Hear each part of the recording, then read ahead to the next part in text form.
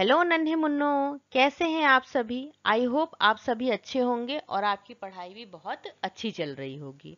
अभी तक हमने क्लास 6 में बहुत सारे सब्जेक्ट्स को कवर किया है, बहुत सारे चैप्टर्स को उनमें कवर किया है।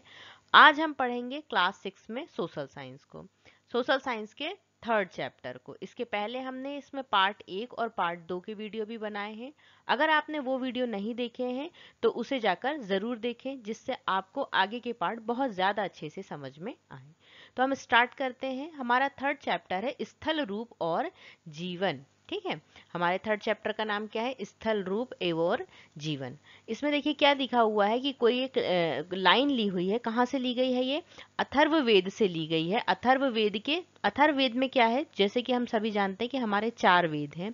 उन चारों वेद में से जो अथर्ववेद है उसके भूमि सूक्त से, मतलब भूमि के लिए जो स्रोत है उसके लिए वहां से ये लाइन ली गई है। मनुष्यों के भार से मुक्त, अनेक प्रकार की ऊंचाइयों, ढलानों तथा विशाल समतल भूमि से युक्त, अनेक प्रकार की शक्तियों से संपन्न पेड़ पौधों को आधार प्रदान करती हुई हम सभी के लिए विस्तार को प्राप्त हो तथा अपनी संपन्नता को प्रदर्शित करें। पृथ्वी मेरी माता है और मैं उसकी संतान हूँ। ये बात तो हम सभी को पता है कि पृथ्वी ने हम सभी के भार को क्या करा है, उठाकर रखा हुआ है और बहुत से पेड़ पौधों को आधार प्रदान करती है। हमें भी, जीव जंतुओं को भी सभी को आधार प्रदान करती है हमारी पृथ्वी। तो पृथ्वी क्या है, हमारी माता है और हम इसकी संतान है। अब इस अध्याय में हम क्या क्या पढ़ेंगे, इस चैप्टर को पढ़ने के बाद हमें किन किन टॉपिक्स के बारे में जानकारी मिल जाएगी, उसके बारे में हम देखते हैं। हमें इस टॉपिक को, जब हम इस चैप्टर को पढ़ लेंगे तो हमें क्या देखने को मिलेगा, पहले तो ये कि स्थल रूप होते क्या हैं। ठीक है, फिर स्थल रूप के प्रमुख प्रकार कौन कौन से हैं, जीवन तथा संस्कृति के लिए इनका महत्व क्या है। तो हम क्या पढ़ेंगे इसमें कि स्थल रूप क्या होते हैं, उनके प्रकार क्या हैं, और जो हमारा जीवन और संस्कृति है इसके लिए इनका क्या महत्व है। फिर हम नेक्स्ट क्या देखेंगे कि प्रत्येक स्थल रूप के साथ संबंधित जीवन में प्रमुख चुनौतियां क्या हैं और उनमें अवसर क्या हैं। ठीक है, कि चुनौतियां तो है, हर स्थल रूप में क्या है, चुनौतियां हैं, और लेकिन उस चुनौतियों के साथ हमें उनमें अवसर की भी तलाश करनी होगी। ठीक है, तो ये सब हम समझेंगे। अब देखिए, सबसे पहले हम क्या समझते हैं कि इस चित्र के माध्यम से देखिए हमें क्या समझने को मिल रहा है कि बहुत ऊंचे ऊंचे पेड़ हैं, इसमें बहुत ऊंचे ऊंचे ये बने हुए हैं। अब इन्हें क्या कहते हैं, ये नदी बह रही है, ये जो सामान्य से जानकारी है ये तो हमें पता है, लेकिन हमने पहले क्या देखा है कि हमारे चैप्टर का नाम क्या है, स्थल रूप। तो हम समझते हैं कि स्थल रूप होता क्या है आखिर। तो स्थल रूप क्या होता है, पृथ्वी की सतह का एक भौतिक स्वरूप। ठीक है, किसकी सतह का, पृथ्वी की सतह का एक भौतिक स्वरूप, मतलब भौतिक स्वरूप मतलब जिसे हम देख सकते हैं। स्थल रूप लाखों वर्षों में आकार लेते हैं, मतलब ऐसा नहीं होता है कि देखिए जो ये हमें इतना ऊंचा सा ऐसा दिख रहा है, ये ऐसा नहीं है कि ये 1-2 दिन में या कुछ 100 वर्षों में। 100 वर्ष भी बहुत कम ही माने जाते हैं इनके निर्माण में। इनके निर्माण में कितना, लाखों वर्षों का समय लग जाता है।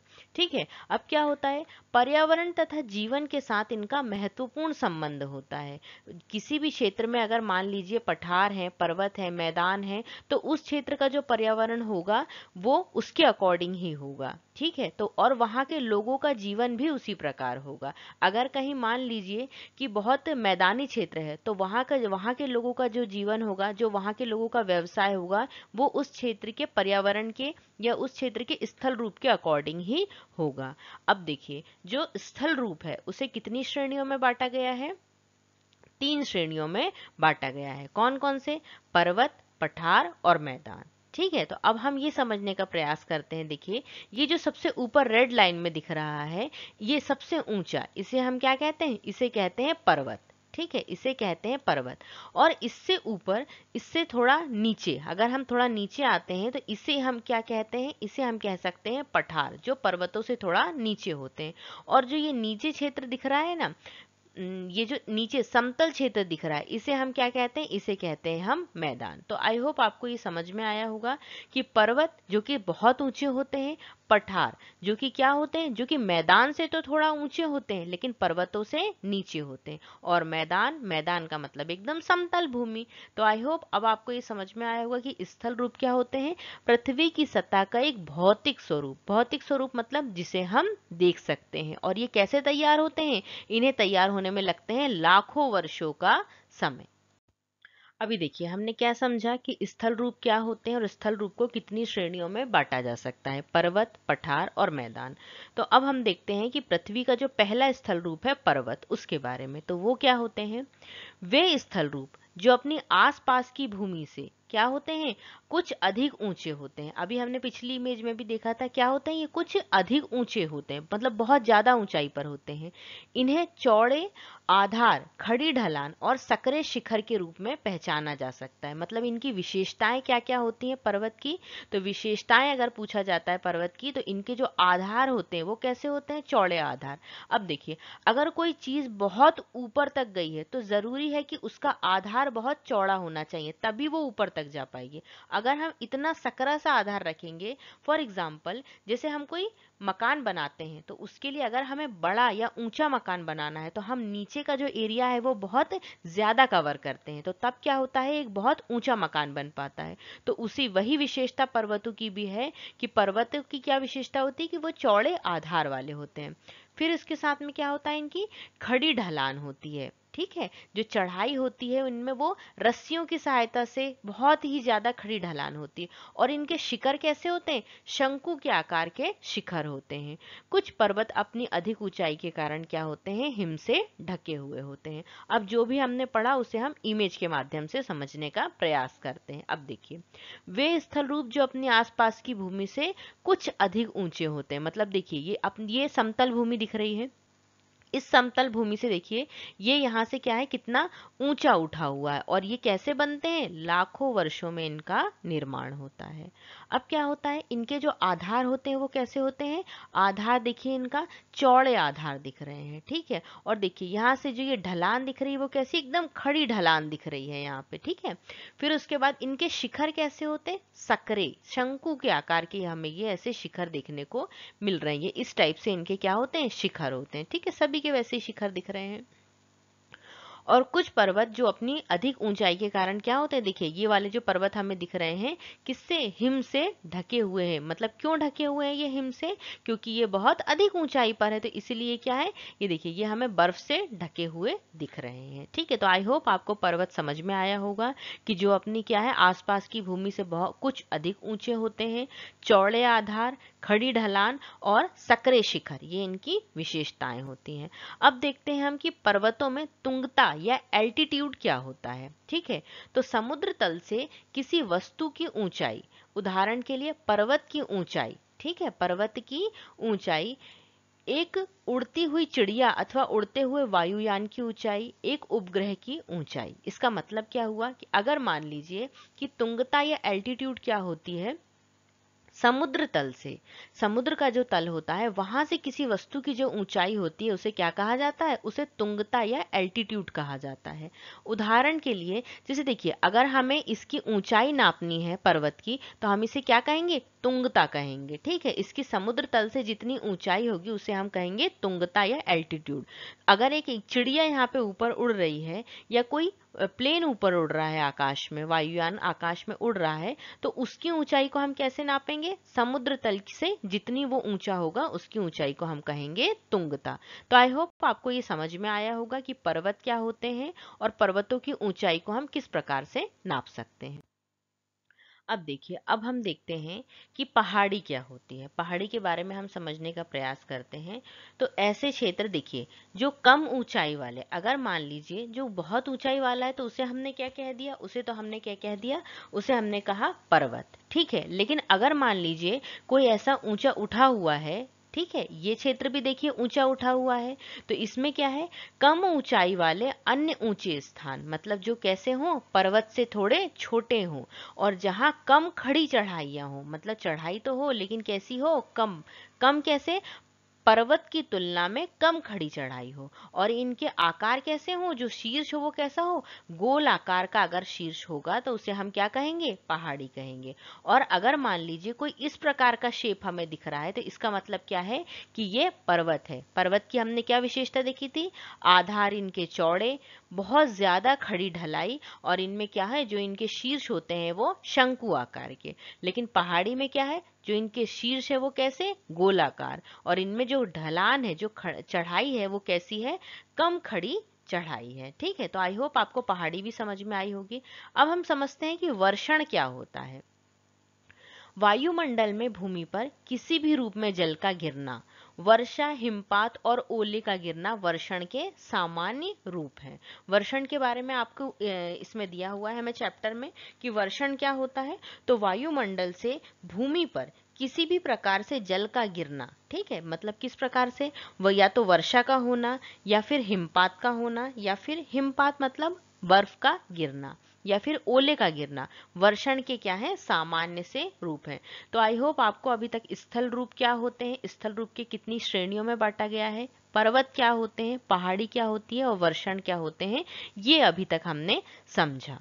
देखिए अब हम कुछ पर्वतों के उदाहरण देखेंगे। ठीक है, तो देखिए पहला ये कौन सा है, पहला है माउंट एवरेस्ट। माउंट एवरेस्ट हमें कहा, माउंट एवरेस्ट को देखिए गिरिशृंग भी कहा जाता है हिंदी में।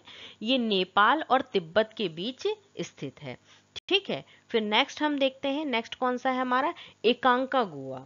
माउंट एकांकागुआ जो है वो कहाँ पर स्थित है, ये है एंडीज पर्वत श्रृंखला, दक्षिणी अमेरिका की सबसे ऊंची चोटी है। दक्षिणी अमेरिका की सबसे ऊंची चोटी कौन सी है, माउंट एकांकागुआ। तो ये पॉइंट हमें याद रखना है, ठीक है, कि दक्षिण अमेरिका की सबसे ऊंची चोटी है माउंट एकांकागुआ। अब देखिए हम नेक्स्ट देखते हैं, नेक्स्ट कौन सा है, माउंट किलिमंजारो। अब ये कहाँ स्थित है, हम ये देखते हैं ये कहाँ है, पूर्वी अफ्रीका में। पूर्वी अफ्रीका में किलिमंजारो गिरिशृंग एक पृथक पर्वत है, मतलब क्या है, ये एक अलग सलग पर्वत है जो किसी श्रृंखला से संबंधित नहीं है। अभी पर्वतों की श्रृंखला क्या होती है उसके बारे में हम नेक्स्ट स्लाइड में आगे पढ़ेंगे। फिर उसके बाद देखिए ये क्या है,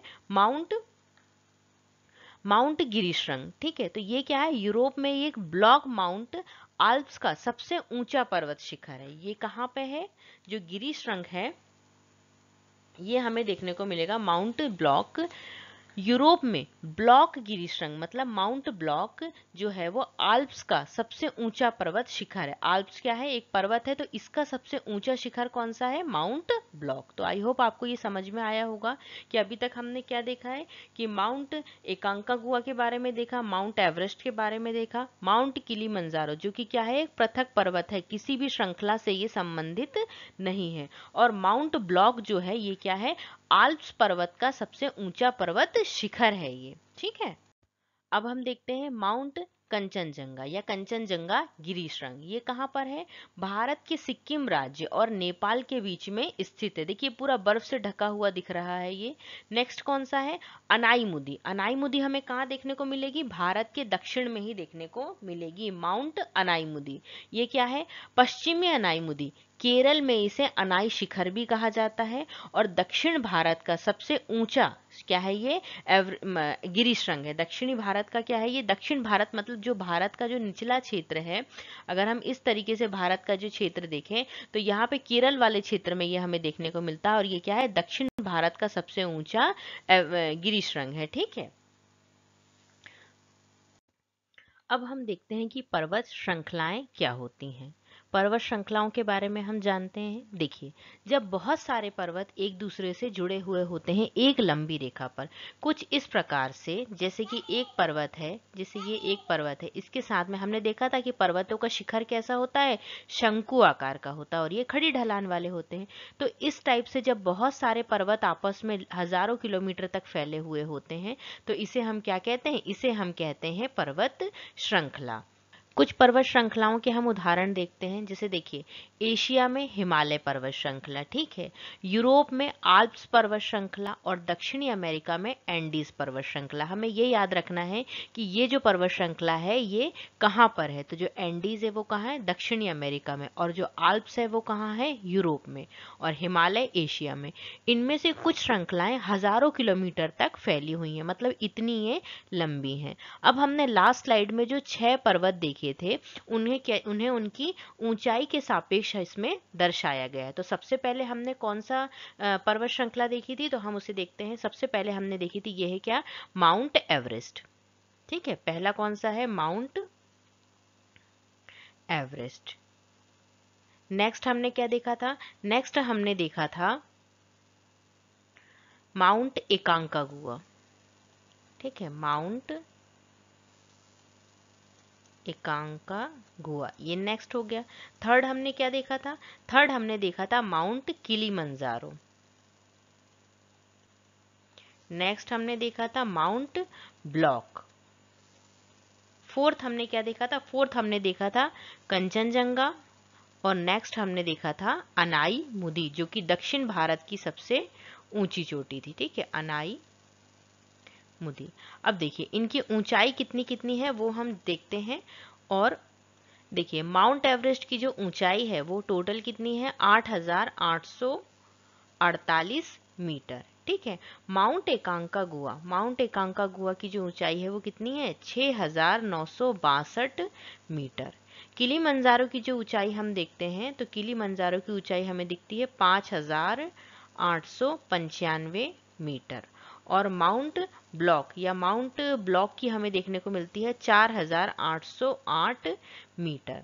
फिर उसके बाद हम देखते हैं कंचनजंगा। तो कंचनजंगा की जो ऊंचाई हमें देखने को मिलती है वो कितनी दिखती है, 8,586 मीटर। और नेक्स्ट हम देखते हैं अनाई मुदी। तो अनाई मुदी की कितनी है, 2,695 मीटर। ये क्या है, दक्षिण भारत का सबसे ऊंचा है, ठीक है, सबसे ऊंचा पर्वत है। और ये क्या है, जो माउंट ब्लॉक है ये कहाँ है, ये यूरोप में है। तो ये क्या है, यूरोप का सबसे ऊंचा पर्वत है। ये सभी फैक्ट हमें याद करने होंगे, यूरोप का सबसे ऊंचा पर्वत है ये, ठीक है। और अनाई मुदी हमने देख लिया कि दक्षिण भारत की ये सबसे ऊंची चोटी है। माउंट किलिमंजारो, माउंट किलिमंजारो हमें कहाँ देखने को मिलेगा, अफ्रीका में। ये अफ्रीका का सबसे ऊंचा पर्वत है, ठीक है। तो इस प्रकार से हमने ये देख लिया।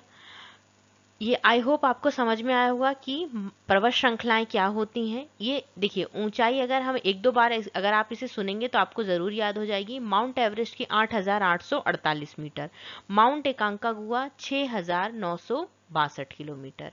तो इसी प्रकार से ये हमने पर्वत श्रृंखला देखी और कुछ पर्वत श्रृंखलाओं के उदाहरण को भी समझा।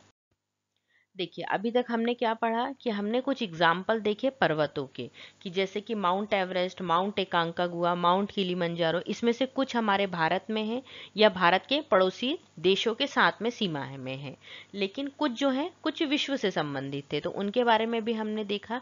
अब हम देखते हैं नेक्स्ट क्या है, नवीन पर्वत। या जो पर्वत होते हैं वो किस प्रकार के होते हैं, दो प्रकार के होते हैं। एक होते हैं नवीन पर्वत और एक होते हैं पुराने पर्वत। मतलब नवीन पर्वतों के माध्यम से हम पर्वतों की आयु का अनुमान लगाते हैं, मतलब कि पर्वत कितना कब बना हुआ है। देखिए हम ये तो जानते हैं कि इन स्थल रूपों के निर्माण में लाखों वर्षों का निर्माण है, लेकिन कुछ ऐसे हैं जो बहुत ज्यादा पुराने हैं और कुछ ऐसे हैं जो अभी कुछ समय पहले बने हुए हैं।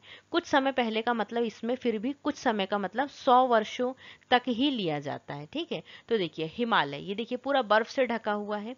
हिमालय जैसे ऊंचे और नुकीली चोटियों वाले पर्वत अपेक्षाकृत कैसे हैं, नवीन पर्वत हैं। तो जो इससे हमें क्या पता चलता है कि जो हिमालय का पर्वत है वो कैसा पर्वत है, वो हिमालय का पर्वत नवीन पर्वत है।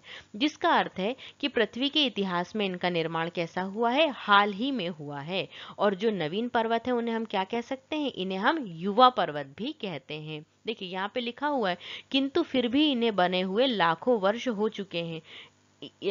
जब हम ज्योग्राफी के लैंग्वेज में इसको समझने का प्रयास करते हैं तो कुछ समय का मतलब होता है कि अगर जैसे हम ऐसा कहें कि कुछ ही साल पहले तो बने हुए हैं, तो इसका मतलब क्या होता है कि लाखों वर्ष पहले बने हुए हैं, मतलब बहुत लंबा समय ये ले चुके हैं। ठीक है, तो ये क्या हुए, नवीन पर्वत। तो हिमालय हमें क्या पता चला कि हिमालय कैसा पर्वत है, हिमालय एक नवीन पर्वत का उदाहरण है। ठीक है, अब हम देखते हैं क्या, नवीन पर्वत हमने देखा, अब हम देखते हैं पुराने पर्वत। ये पुराने लिखा हुआ है, या थोड़ी मिस्टेक हो गई, यहाँ पे क्या है, पुराने पर्वत है ये। तो पुराने पर्वत कैसे होते हैं, देखिए ये पुराने पर्वत दिख भी नहीं रहा, पुराने पर्वत।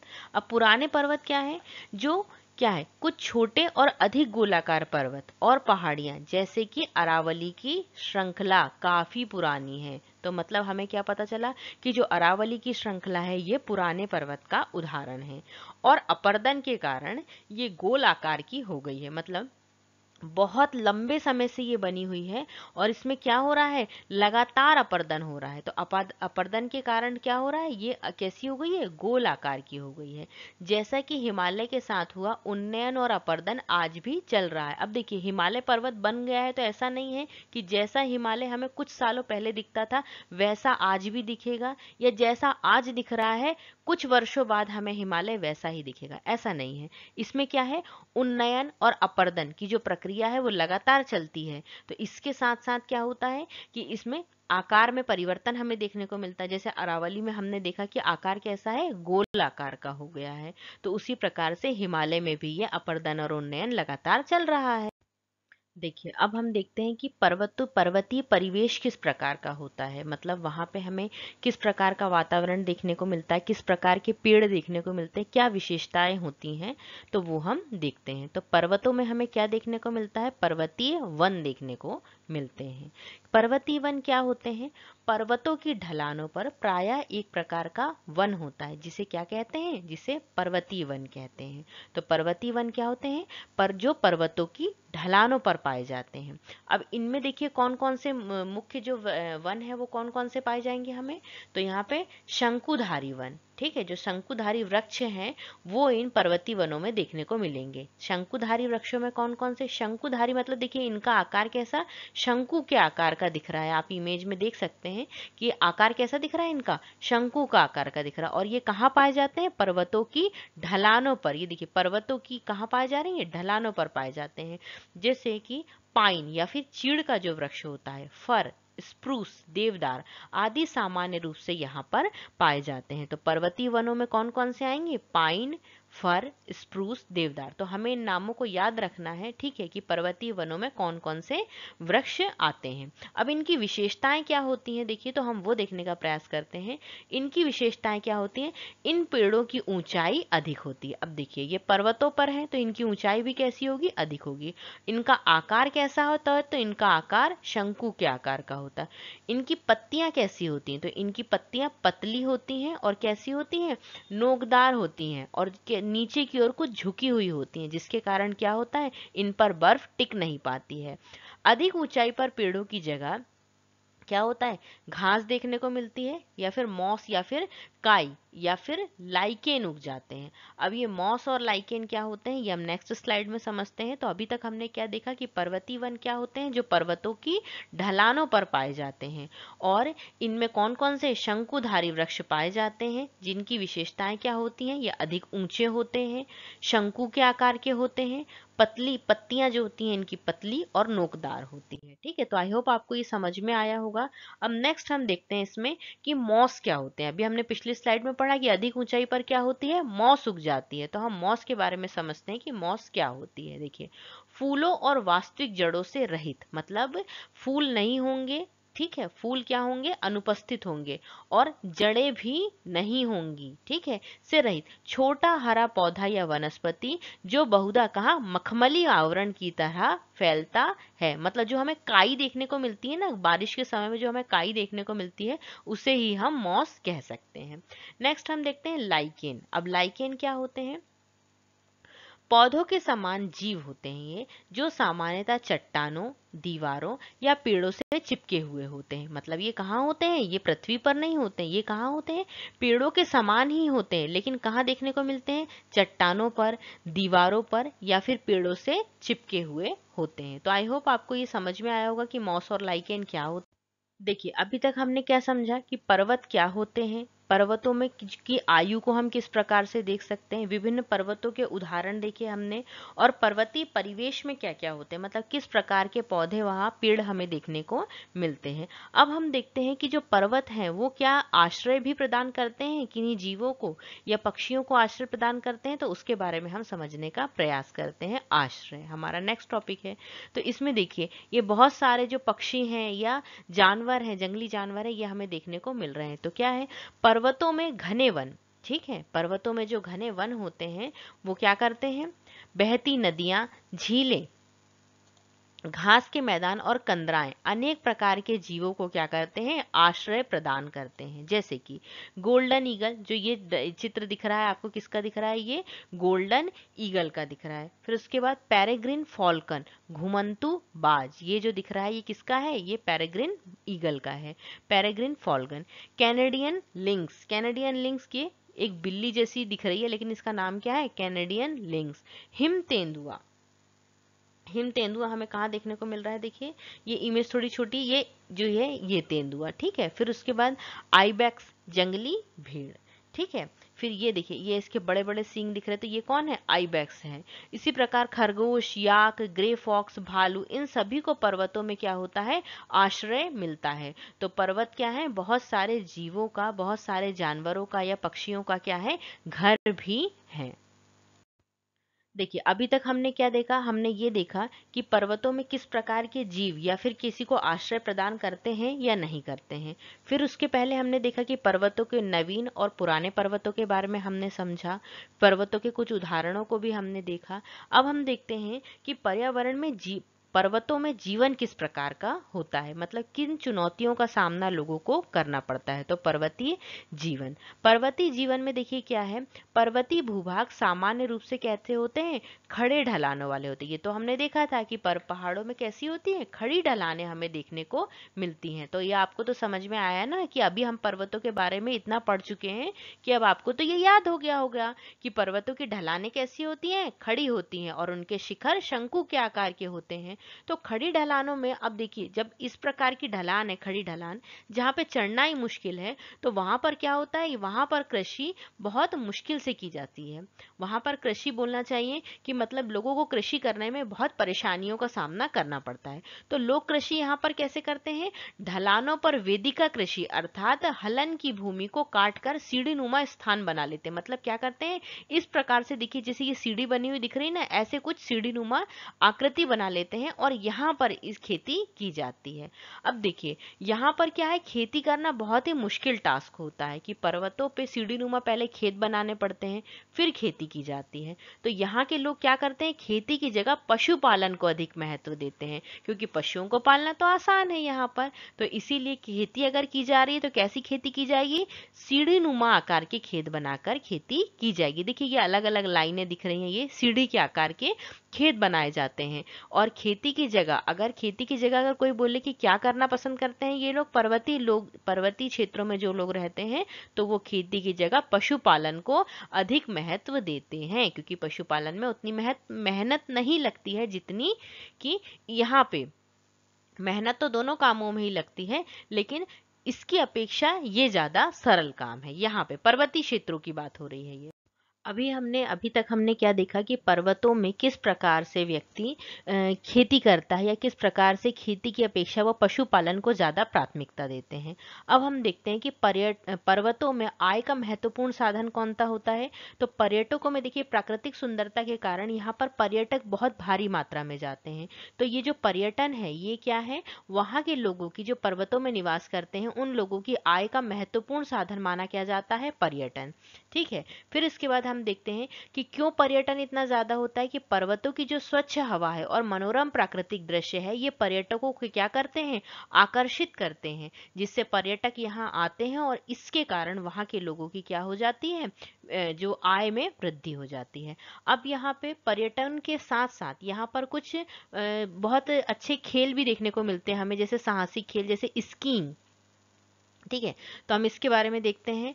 स्कीइंग, हाइकिंग, पर्वतारोहण या पैराग्लाइडिंग। पर्वतारोहण मतलब पर्वतों पर चढ़ना, ठीक है। तो इसी प्रकार से ये देखिए ये इस प्रकार से हमें देखने को मिलते हैं। तो ये सभी जो है ये साहसिक खेल हैं, तो ये भी जो पर्यटक यहाँ आते हैं ये भी उन्हें आकर्षित करते हैं। अब तीर्थ यात्रा पर जाने वाले कुछ व्यक्ति होते हैं, जो बहुत से व्यक्ति जो तीर्थ यात्रा पर जाते हैं वे भी पर्वतों की यात्रा करते हैं, क्योंकि बहुत से तीर्थ स्थल ऐसे हैं जो पर्वतों पर स्थित हैं। ठीक है, जैसे केदारनाथ हम देखते हैं, तो केदारनाथ का जो प्रसिद्ध शिव मंदिर है ये वहाँ पे क्या है, एक हमें पर्वतों से होकर गुजरना ही होता है। तो क्या है, तीर्थ यात्रा पर जो जाने वाले व्यक्ति होते हैं वो भी पर्वतों से होकर गुजरते हैं। अब नेक्स्ट हम देखते हैं कि क्या है कि इतनी भारी मात्रा में जब पर्यटक यहाँ जाते हैं, बहुत से पर्यटक यहाँ पर जाते हैं, तो इस पर क्या होता है, देखिए प्राकृतिक सुंदरता और मनोरम प्राकृतिक दृश्य तो है यहाँ पे, लेकिन इसमें क्या होता है, पर्वतों के पर्यावरण पर क्या होता है, दबाव पड़ता है। अब देखिए जब बहुत सारे लोग वहां जाते हैं तो सभी वहां की स्वच्छता का ध्यान रखें, इस बात की बहुत जरूरत होती है। अगर सभी अपनी तरफ से प्रयास करेंगे तो संतुलन अपने आप बना रहेगा, लेकिन अगर सभी व्यक्ति इस तरह का संतुलन नहीं बनाए रखेंगे तो इसमें क्या हो जाएगा, पर्वतों में जो पर्यटन स्थल है उस पर दबाव पड़ेगा, जो वहां का पर्यावरण है उस पर दबाव पड़ेगा, और उसमें संतुलन बनाए रखना क्या हो जाएगा, कठिन कार्य हो जाएगा। अब पर्वतों की बात हो रही है तो पर्वतों से संबंधित हम कुछ विशेष लोगों के बारे में भी चर्चा करते हैं इसमें। देखिए पहला ये कौन है, देखिए ये है बछेंद्री पाल। इन्होंने क्या किया है, ये पर्वतारोही हैं। ठीक है, इन्होंने क्या किया है, ये पर्वतों पर चढ़ाई करती हैं। 1984 में माउंट एवरेस्ट पर चढ़ने वाली ये प्रथम भारतीय महिला है। ये बिल्कुल याद करना है हमको, कि ये याद होना चाहिए हमें, कौन है ये, प्रथम भारतीय महिला है जो कि माउंट एवरेस्ट पर चढ़ी। और ये कब चढ़ी है, 1984 में। ठीक है, इसके लिए इन्हें देखिए पद्मश्री 1984 में इन्हें पद्मश्री भी मिला है, और पद्म भूषण 2019 में मिला है। ठीक है, अब नेक्स्ट हम देखते हैं, नेक्स्ट है ये कौन है, अरुणिमा सिन्हा। इनका नाम है अरुणिमा सिन्हा। देखिए इनके एक पैर में हमें रॉड दिख रही है, यहाँ पे आपको दिख रही होगी इमेज में, एक पैर में क्या है, रॉड डली हुई है। तो इसमें क्या है, देखिए एक दुर्घटना में इन्होंने क्या किया था, अपना पैर गंवा दिया था इन्होंने, लेकिन क्या किया, माउंट एवरेस्ट पर 2013 में ये चढ़ी हैं। और कहाँ कहाँ चढ़ी हैं, ये सभी महाद्वीपों की सबसे ऊंची चोटियों को इन्होंने फतह किया है। इसके लिए इन्हें इस अद्भुत कार्य के लिए इन्हें पद्मश्री दिया गया है 2015 में। तो हमें ये भी याद रखना है। देखिए अगर हमें कुछ करने का जज्बा हो तो हम कर सकते हैं। एक व्यक्ति जो अपनी एक, देखिए अब हम पैरों की स्थिति देख रहे हैं कि एक पैर में रॉड डली हुई, फिर भी इन्होंने क्या किया है, माउंट एवरेस्ट को फतेह किया है, और सभी महाद्वीपों की सबसे ऊंची चोटियों को भी इन्होंने फतेह किया है। तो सिर्फ हमें किसी कार्य को करने का जज्बा होना चाहिए। अब देखिए क्या है, पर्वतीय जीवन में हमने बहुत सारे सकारात्मक पहलू भी देखे, जैसे क्या है, वहां पे हमें शुद्ध वायु देखने को मिलती है, मनोरम दृश्य भी देखने को मिलते हैं, बहुत सुंदर लगते हैं, हमारे मन को एकदम अंदर से प्रसन्न कर देते हैं। लेकिन क्या है कि जो प्राकृतिक और मानव निर्मित दोनों तरह की जो कठिन चुनौतियां भी इसमें सम्मिलित होती हैं, कि जैसे जो पर्वतीय जीवन है इसमें हमें जो प्रकृति की तरफ से कुछ आपदाएं देखने को मिलती हैं, और मानव निर्मित जो मानव के कारण निर्माण हो रहा है उसके कारण भी हमें बहुत सी कठिन चुनौतियां देखने को मिलती हैं। इनमें से कुछ देखिए, हम उनके कुछ के बारे में समझने का प्रयास करते हैं।